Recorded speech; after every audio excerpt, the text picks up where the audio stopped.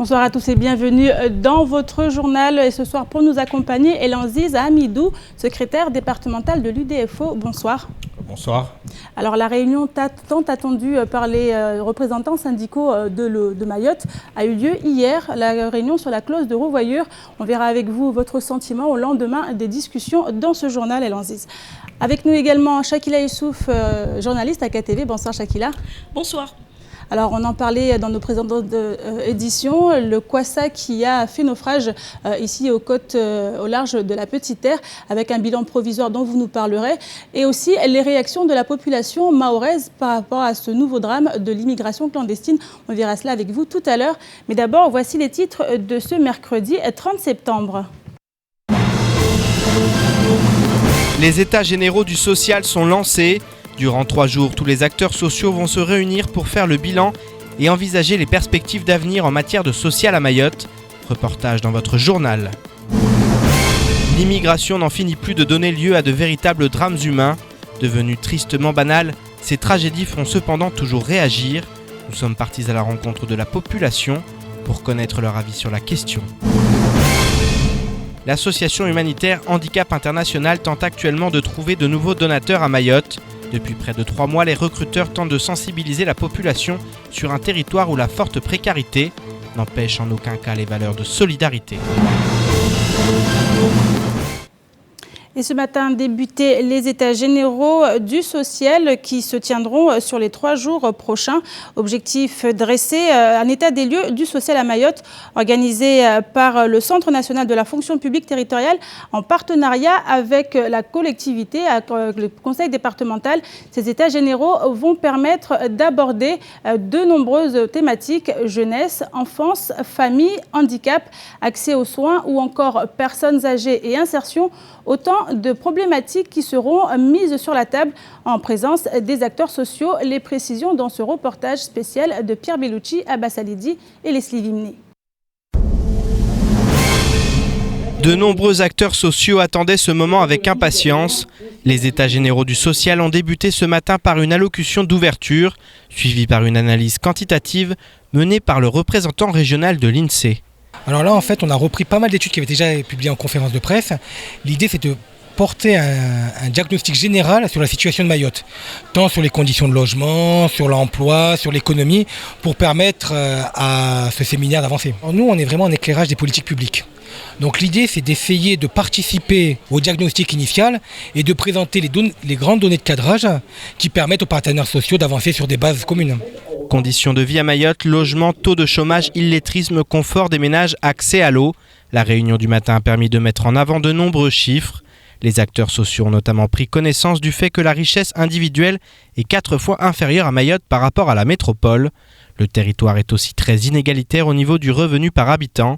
Des données primordiales pour comprendre les réalités du territoire et travailler à partir de cette base. L'idée pour nous, c'est vraiment qu'on s'approprie ce bébé. Parce que avec le directeur du CNFPT, on s'est dit que ce serait bien que, in fine, le département porte ça et puis qu'il y ait l'apport, parce que le CNFPT est un partenaire inévitable et même souhaitable dans ces cas-là. Mais l'idée, au fond, pour nous, ce serait vraiment qu'à terme, nous portions cet événement qui, comme vous l'avez vu, rassemble tout le monde. Et je pense que c'est vraiment autour de cela qu'on peut réunir tous nos autres partenaires, la Caisse de sécurité sociale, l'État, évidemment, s'agissant des questions sociales, pour qu'on puisse partager des éléments, comme je le disais tout à l'heure, qui sont souhaitables. Mayotte est aujourd'hui pauvre parmi les riches et riche parmi les pauvres.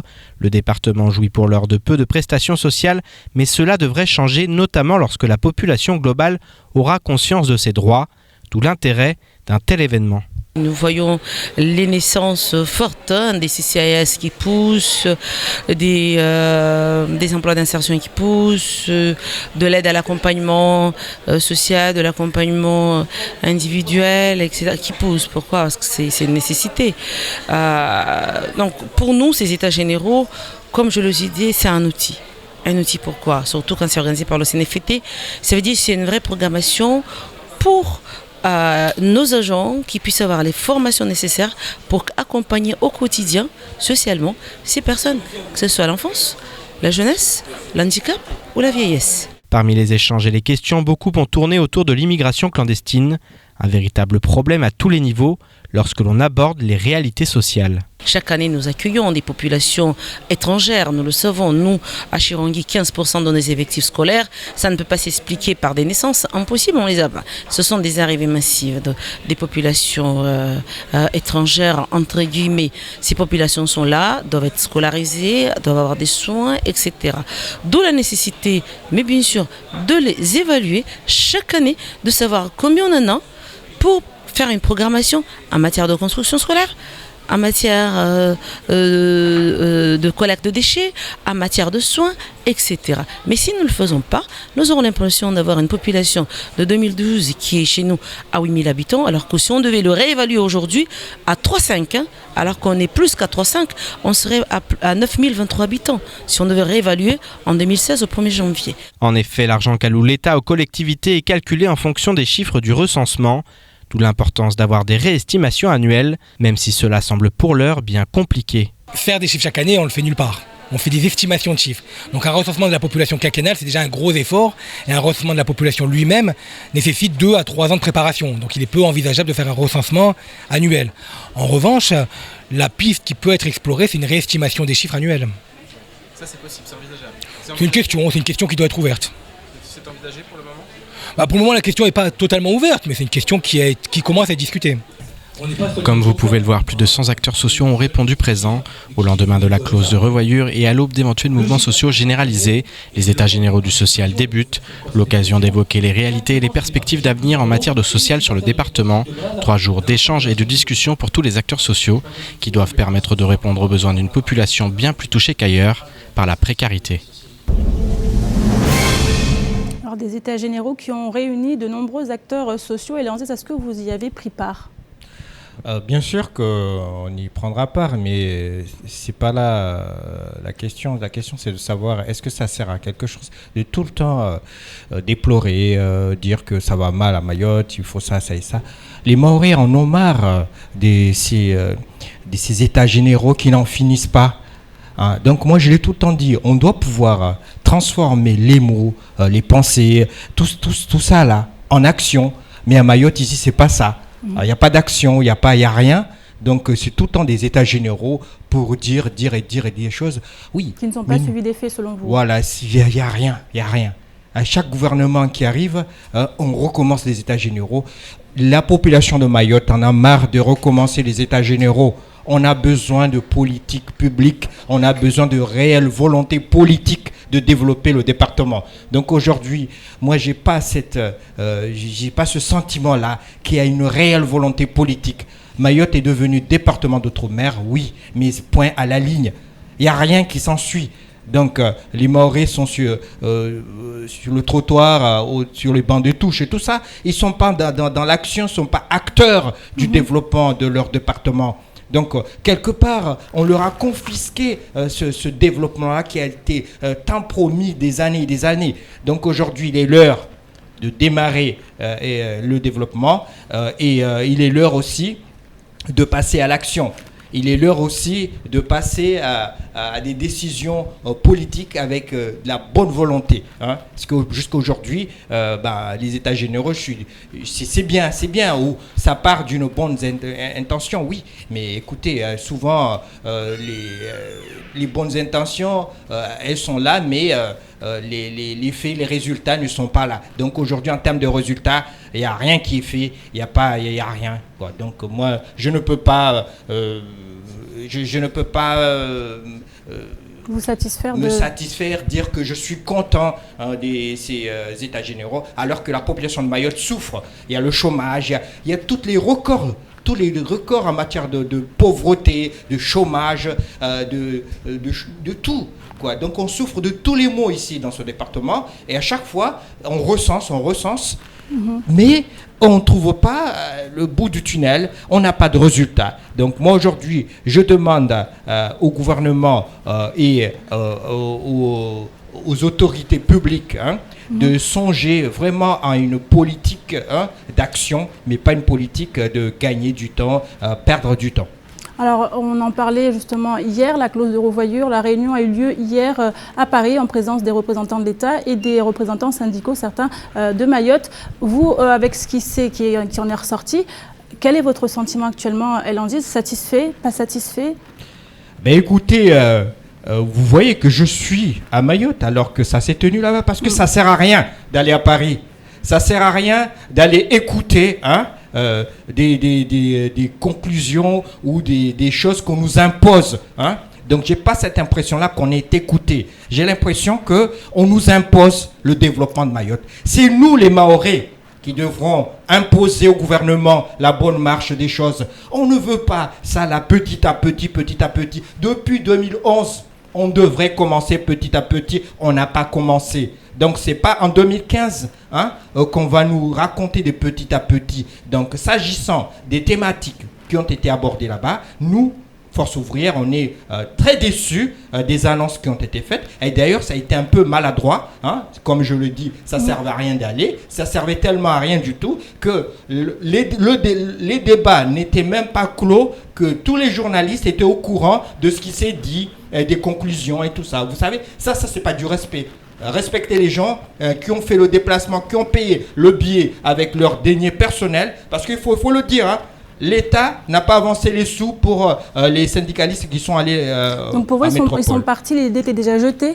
Ils sont partis avec leurs deniers personnels. Donc moi, je ne l'ai pas fait parce que j'ai un souci d'organisation. Je dois me soucier d'économiser l'argent de mon organisation pour quelque chose qui est quand même rentable. Mais aller payer le billet jusqu'à là-bas pour écouter seulement et non pas négocier ou s'exprimer, moi je trouve ça quand même c'est lamentable. Donc aujourd'hui, moi je tenais à exprimer la déception des adhérents de Force ouvrière quant aux annonces qui ont été faites. Donc ces annonces-là ne satisfont pas les revendications qui ont été versées au débat. Donc aujourd'hui, moi, ce que j'espérais, c'est qu'il y ait des négociations. Ça n'a pas été le cas. Donc aujourd'hui, je pense que l'heure est venue de mobiliser la population de Mayotte, la population des salariés, pour qu'enfin on puisse être dans l'action syndicale. C'est-à-dire l'unité dans l'action syndicale. Vous maintenez le mouvement que vous souhaitez mettre en place? On est forcé, on est acculé à ça. On doit agir. Parce que si on n'agit pas, on sera là en train de subir. Et vous savez très bien qu'à Force ouvrière, on ne subit pas. À Force ouvrière, on est dans l'unité. Et cette unité-là, c'est l'action syndicale. Et cette action syndicale se traduira par des mouvements. Et les mouvements sociaux, vous le savez, ça se concerte. Donc, dès demain, je prendrai l'avion, non pas pour écouter des choses qui n'ont pas d'importance, mais pour aller me concerter avec parce que nous, on est une organisation fédérée et confédérée, donc avec la Confédération Force ouvrière de Paris, on trouvera le chemin qui nous mènera à cette unité dans l'action syndicale. Et le 6 octobre, vous serez là? Le 6 octobre, je ne pense pas être là parce qu'il me faut une bonne semaine pour consulter un peu tout le national. D'ailleurs, il y a un comité consultatif national au niveau du Force ouvrière, des instances de Force ouvrière qui vont siéger. Et donc, à cette occasion, j'aurai à m'exprimer et à échanger avec mes camarades Force ouvrière de métropole pour qu'on puisse justement se mettre en ordre de bataille afin de construire le rapport de force nécessaire pour qu'on arrive à des résultats, parce qu'aujourd'hui, il n'y a pas de résultats. Donc, pas de résultats, il faut se mettre en ordre de bataille. Il faut construire ce rapport de force-là, parce que ce rapport de force-là n'y est pas. C'est pourquoi aujourd'hui, on subit inlassablement ce diktat du gouvernement qui nous dit la bonne marche des choses. Il faut que ça soit progressif. Nous, on ne veut pas de la progressivité. On veut, par exemple, pour le Code du travail, que ça soit une applicabilité immédiate. Ça, c'est possible. Et pour tout ce qui est de la reconstitution des carrières des agents qui sont dans les corps passerelles et tout ça, donc je suis désolé, il va falloir qu'on puisse corriger l'erreur qui a été faite. On n'a pas repris l'ancienneté. Il faut reprendre cette ancienneté-là, parce qu'il en va de l'avenir des retraités de Mayotte, des futurs retraités et même des retraités actuels qui n'ont rien du tout pour vivre, et c'est tellement dérisoire, et c'est lamentable d'en arriver là, à plonger les retraités de Mayotte dans le désespoir. Merci beaucoup Elan Ziz. Je rappelle, vous êtes le secrétaire départemental de l'UDFO. Et 4e jour aujourd'hui du mouvement à la prison de Majicavo. Ce matin, dès 5h45, les agents en colère ont allumé un feu. Les véhicules n'ont pas pu rentrer dans l'établissement et les extractions de prisonniers se sont faites à pied. Hier soir, lors des discussions, un courrier du directeur interrégional n'a pas beaucoup plu aux agents et cela a mis fin aux discussions. Le dialogue n'est donc pas repris, le dialogue a été complètement rompu. On regarde ce reportage de Pierre Bellucci, Abbas Salidi et Leslie Vimné.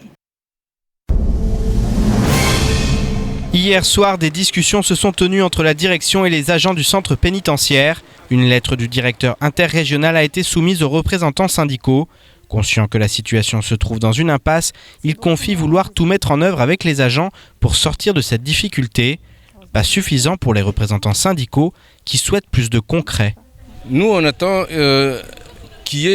qu'on se mette autour d'une table et de négocier et de prendre en compte la souffrance des agents. Tout ce qu'on a mis déjà en avant, pas mal de choses. On a reprécisé nos revendications, mais à la fin, il n'y a rien qui vient. Et je pense que si on arrive à ce point, c'est qu'eux n'ont pas fait l'effort qu'il fallait. Hier, on a fait des efforts considérables. On n'a empêché personne de rentrer. Quasiment tout le monde est parti travailler.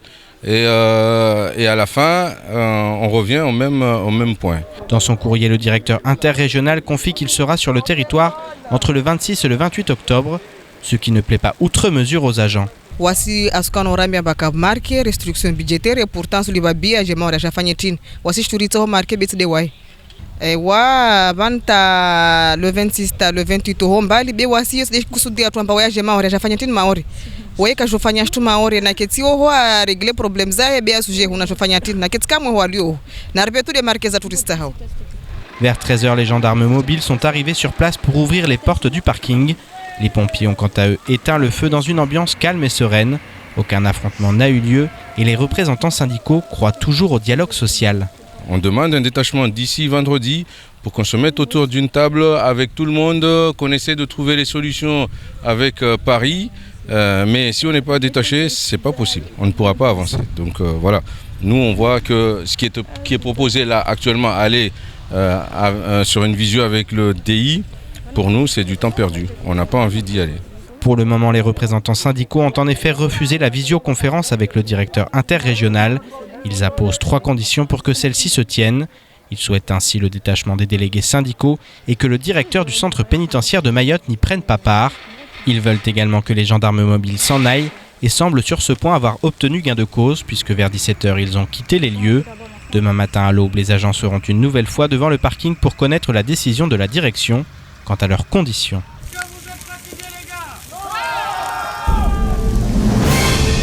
Retour maintenant sur le dernier naufrage de Kwassa. Le bilan, toujours provisoire, fait état de 4 morts et 19 personnes disparues. Si le sujet ne semble intéresser, outre mesure, les internautes avec seulement 637 vues sur notre site l'infocoésie.fr. Dans la rue, le drame fait parler. Nous sommes allés à la rencontre d'anonymes comme de personnes publiques qui ont souhaité tous s'exprimer. Le phénomène est récurrent et le ras-le-bol est réel, tant pour les administrés mahorais que pour les personnes en situation irrégulière. Reportage Shakila Issouf et Fred Souleymana.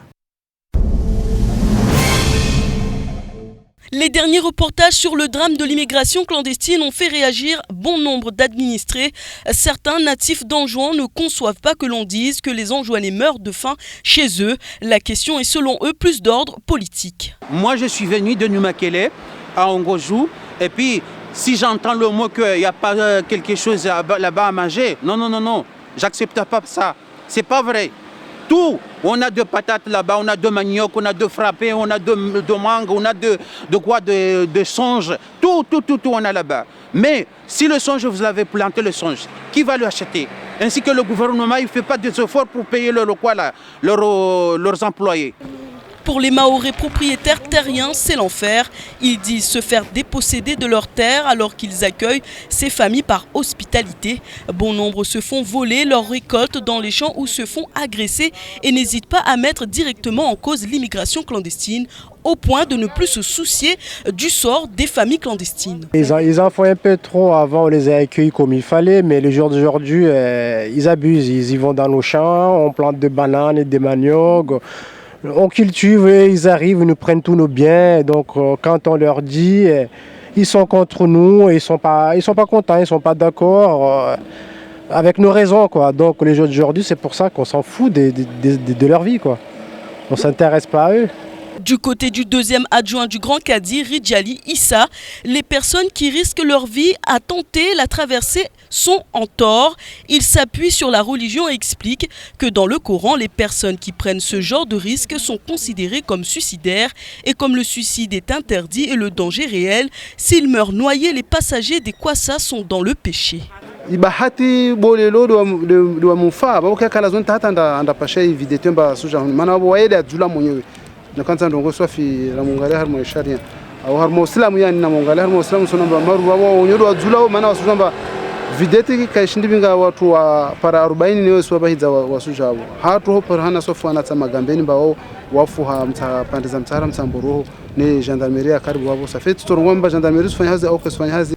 Mais nombre de ces victimes sont des enfants innocents qui n'ont pas demandé à se trouver dans ces embarcations de fortune. Et si les responsabilités sont partagées entre le gouvernement comorien et français, cela ne change pas le fait que toutes ces victimes sont des êtres humains. En réponse au Grand Cadi, ce jeune comorien cite un passage du Coran.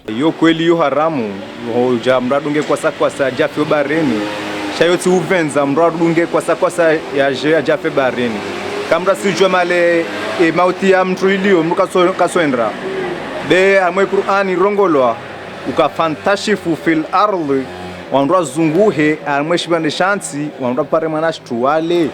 Loin d'être religieuse, beaucoup considèrent la question de l'immigration comme un sujet politique. Tous les gouvernants comoriens passés et ceux qui sont maintenant ne s'intéressent pas nécessairement au sort de leurs concitoyens.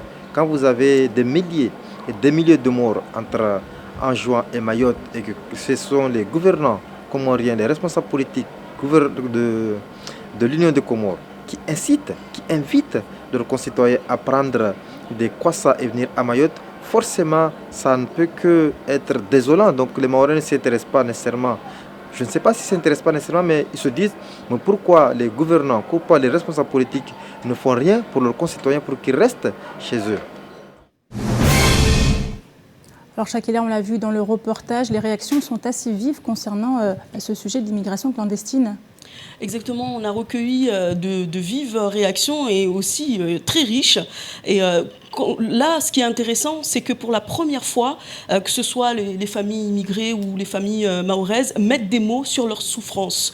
On ne réalise pas à quel point les gens vivent au fond des drames intérieurement et qui n'arrivent pas à l'exprimer. Et là, ce reportage leur a donné l'occasion de s'exprimer. Au vu des derniers reportages qu'on a diffusés, il y a bon nombre d'Anjouanais qui étaient prêts à dire mais on ne souffre pas vraiment, enfin on n'est pas en manque de nourriture à Anjouan, mais ce qui se passe c'est que c'est toujours la classe politique, la classe sociale la plus riche qui a tous les privilèges chez nous et nous on est laissé de côté.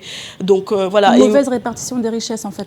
Exactement. L'argent ne circule pas, que ce soit en Grande Comore ou à Anjouan. Mais là aussi, les Mahorais, eux, ils ont envie qu'on parle de leurs problématiques. Et ce qui est grave dans ce sujet, et surtout le fait que les autorités ne réagissent pas réellement, c'est le fait que les Mahorais le voient et se sentent, qui sont dépossédés de leurs terres. Et on sait très bien que toutes les guerres qui ont animé l'histoire, toutes les histoires qu'on peut connaître dans le monde, étaient dues justement à la terre. Enfin, aujourd'hui, si les Mahorais se sentent et ils se disent que demain, nous, on n'est plus propriétaires et on a hébergé des personnes en pensant que voilà, c'est des musulmans. Parce qu'en fait, c'est ça qu'on ne parle pas beaucoup, c'est que les Mahorais, eux, tant qu'on ne touche pas à leur terre, ça va, mais à partir du moment où ça vient justement les déposséder de leurs biens fonciers,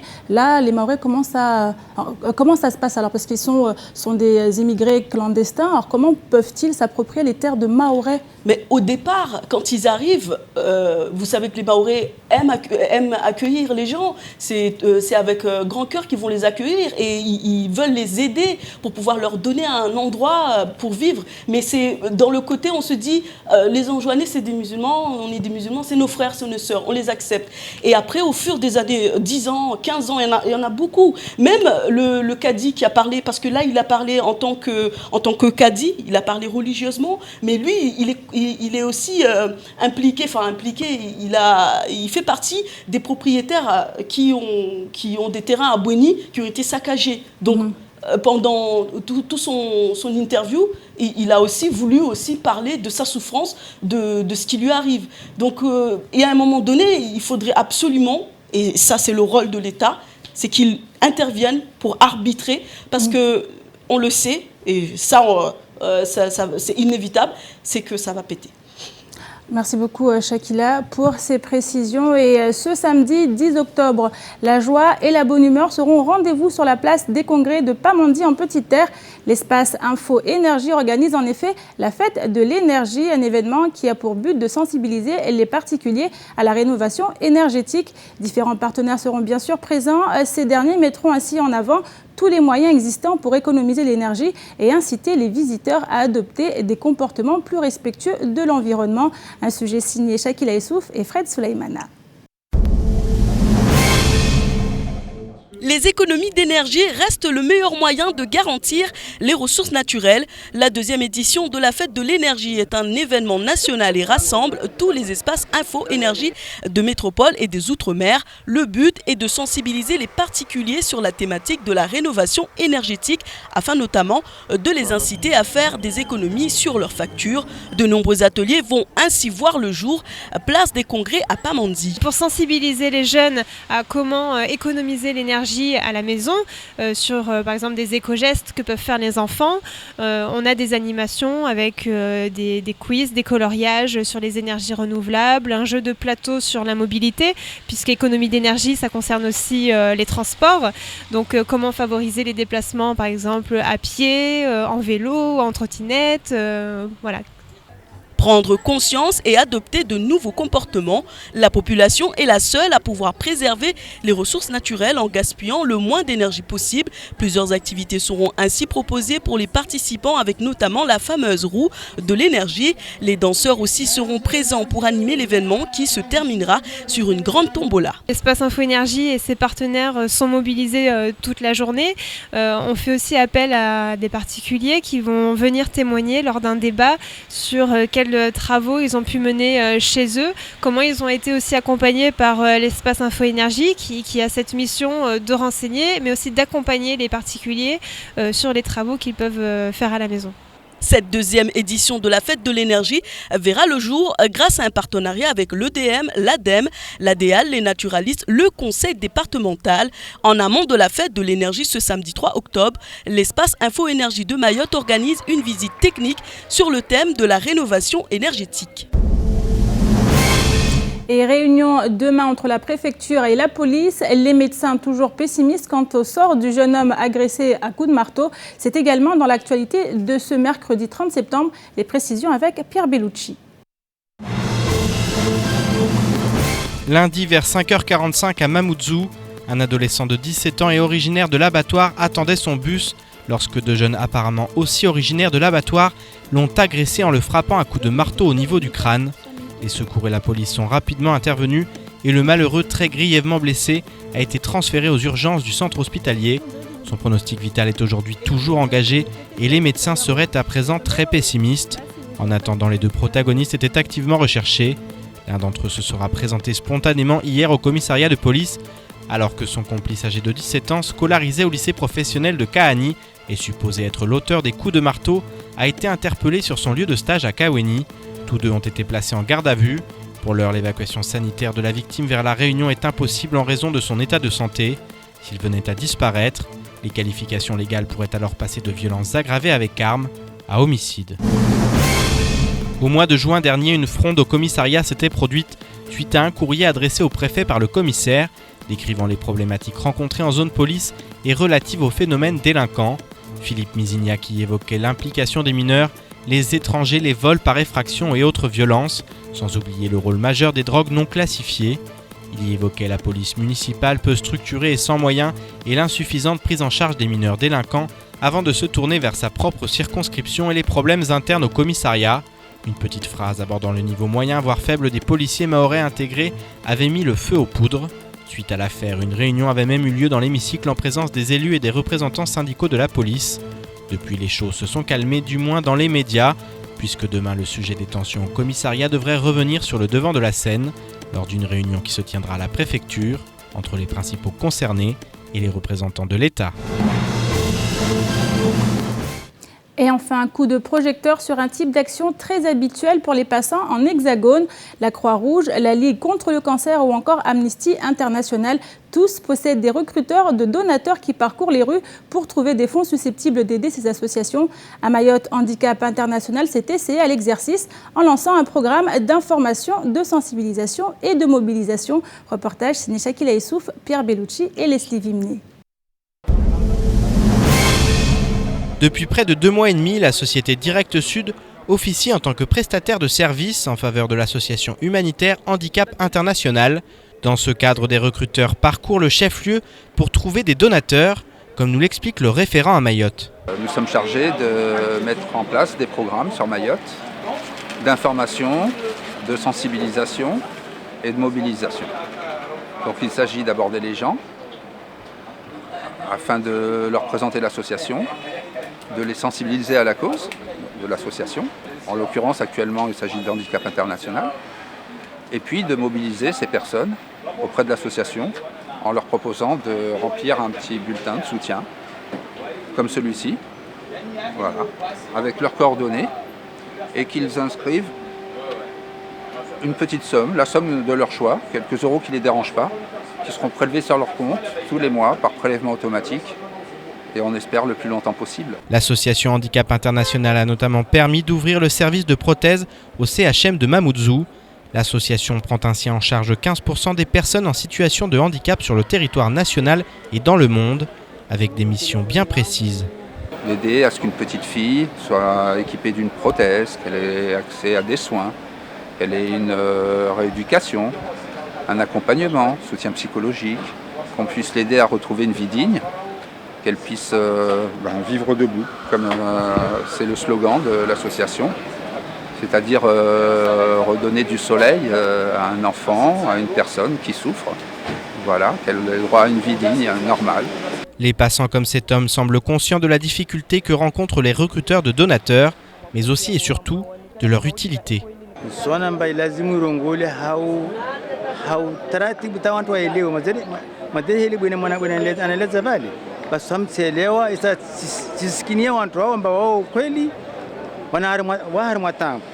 Sur un territoire où la précarité est très forte, trouver des donateurs n'est pas chose aisée, mais à Mayotte, la solidarité fait partie des valeurs de la population. Pour preuve, en moins de 3 mois, près de 2000 formulaires de dons ont déjà été récoltés. C'est la fin de cette édition. Merci à vous de l'avoir suivi. Dans quelques instants, vous serez en compagnie d'Ornella Perrine pour la météo. Suivra juste après l'invité du temps de parole, Jouaou, candidat aux élections municipales de Dembéni du 18 octobre prochain. Il était ce matin au micro de Patrick Mian. Et pour rester informé et suivre l'actualité en continu, une adresse, celle de notre site, l'infoquesi.fr. Excellente soirée à vous sur KTV.